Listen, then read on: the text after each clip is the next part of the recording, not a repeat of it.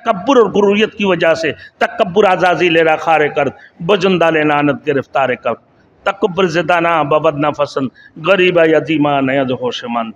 मेरे दोस्तों, तकब्बुर कितनी बड़ी चीज़ है पता है। Thanks for watching. Don't forget to like, comment, share and subscribe to Maulana Habibullah Ruhani Official. उनके अंदर था आना। आना का मतलब मैं, यानी मैं, मुझसे बड़ा कोई नहीं है। तकब्बुर और गुरूरियत की वजह से तकब्बुर आज़ाज़ी लेरा खारे कर बजुंदा ले नानत गिरफ्तार कर तकब्बुर ज़िदाना बबदना फसन गरीबा यतीमा नयद होशमंद। मेरे दोस्तों, तकब्बुर कितनी बड़ी चीज़ है पता है। आज़ाज़ी ने तकब्बुरी करके तबाह बर्बाद हो गई और अल्लाह ने उसको मालून फरमा दी है कि ये मलून है, हमेशा इसके ऊपर अल्लाह की लानत होते रहेगा। है कि कायनात के अंदर इससे कोई जगह नहीं है जिस पर मैंने सजदा नहीं किया, और मुझे अल्लाह ने आग से बनाया और आदम को अल्लाह ने मिट्टी से बनाया, और फिर मैं इसको सजदा करूं। ये तकब्बुरी की वजह से अल्लाह उसको तबाह और बर्बाद कर दी है, और जिसकी वजह से अल्लाह के नज़दीक सबसे ज़्यादा नापसंदीदा और सबसे बड़े मलून, सबसे बड़े लानत वाले मुकज़्ज़िब ना कौन है? शैतान इब्लीस है। फलियातू बिहदीसिम मिस्ली, तो तुम इस जैसी एक बात ही बनाकर ले आओ। इन कानू सादिकीन, अगर ये वाकई सच्चे हो, अगर ये वाकई सच्चे हैं। मगर तारीख शाहिद है 1400 सदियाँ तक गुजरने के बावजूद भी कुरान पाक जैसे ऐसे कोई एक आयत को किसी ने चैलेंज के लिए ला नहीं सका है। तो लिहाजा अब हर तो मन जाओ। फिर खालिक और मखलूक की बात आ गई। ये कुरान मजीद की ना मानना, यानी एक बंदा अगर सो रहा है उसको उठाओगे तो जग जाएंगे, और एक बंदा सोता ही नहीं है, वो डीट ऐसे लेटा हुआ है, अब उसको उठा रहे हो, भाई अब्दुल्ला अब्दुल्ला उठो, भाई अब्दुल्ला उठो, अब वो उठे नहीं, जागे हुए हैं, तो उसको उठा सकते हैं? भाई नहीं उठा सकते। और सोया हुआ बंदे को आप उठाने चाहो, भाई अब्दुल्ला उठ जाओ, वो अब्दुल्ला उसी वक्त में उठकर खड़े हो गए।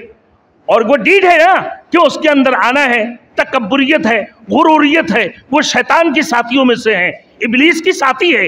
इसी वजह से ये काफिर, मलून, मुशरिक। मेरे दोस्तों, ये कौन है? ये मुनाफिक, ये इब्लीस की साथियों में से हैं।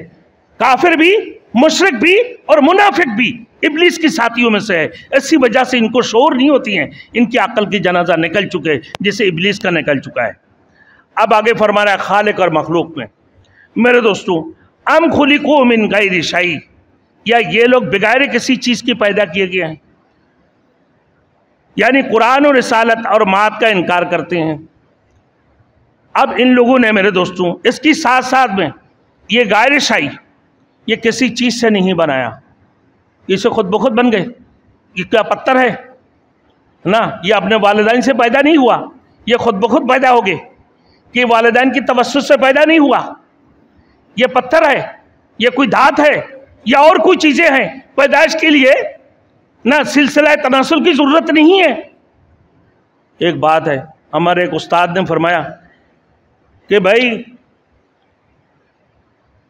कोई जाहिल अगर फतवा दे दे तो मुफ्ती आज़म की ज़रूरत है, कि उम्मी अगर फतवा देहा दे मुफ्ती आज़म किस लिए, कहीं अगर बच्चा देहा मर्द ज़क्र किस लिए। अगर तू ऐसे ही होता है, तू ऐसे ही पैदा हो जाता, या पत्थर की जैसे, या किसी दांत की तरह, तो आलाए तनस्सुल की कोई ज़रूरत नहीं होता, मर्द और औरत की कोई ज़रूरत नहीं होती। तू अगर ऐसे ही पैदा होता, तू अपने बाप से पैदा नहीं हुआ, तो अपने बाप के नुत्फा से नहीं पैदा हुआ, तो अपने माँ से पैदा नहीं हुआ, तो अपने माँ की बतौर एक कतरा की थी, अपने माँ की पेड़ में जाके नुत्फा की सूरत में जमा नहीं हुए।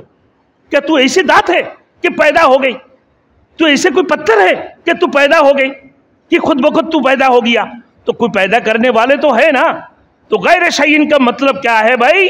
कि बमकसद पैदा किया। यह भी हो सकता कि बेमकसद उसको पैदा किया गया, कि उसकी कोई मकसद नहीं है, इसकी ज़िंदगी का कोई मकसद नहीं है। अल्लाह ने फरमाया, अल्लाह रब्बुल इज़्ज़त ने फरमाया, आया सबुल इंसानो अन युत्रका सुदा, कि इंसान गुमान करता है कि उससे बेकार छोड़ दिया जाएगा और उसकी ज़िंदगी कोई गरज व गायत नहीं है, उसकी ज़िंदगी का कोई गरज व गायत नहीं है। अल्लाह ने उसको बेकार महज फजूल पैदा नहीं किया, बल्कि उसको अक्ल और शऊर देकर भेजा है, उसके लिए हिदायत की तमाम सामान मुहैया की है, और फिर उससे मुकल्लफ यानी कानून का पाबंद बनाया, और उसी चीज़ पर उसका मुहासबा भी होगा और जज़ा या सज़ा का भी मेरे दोस्तों फैसला भी होगा।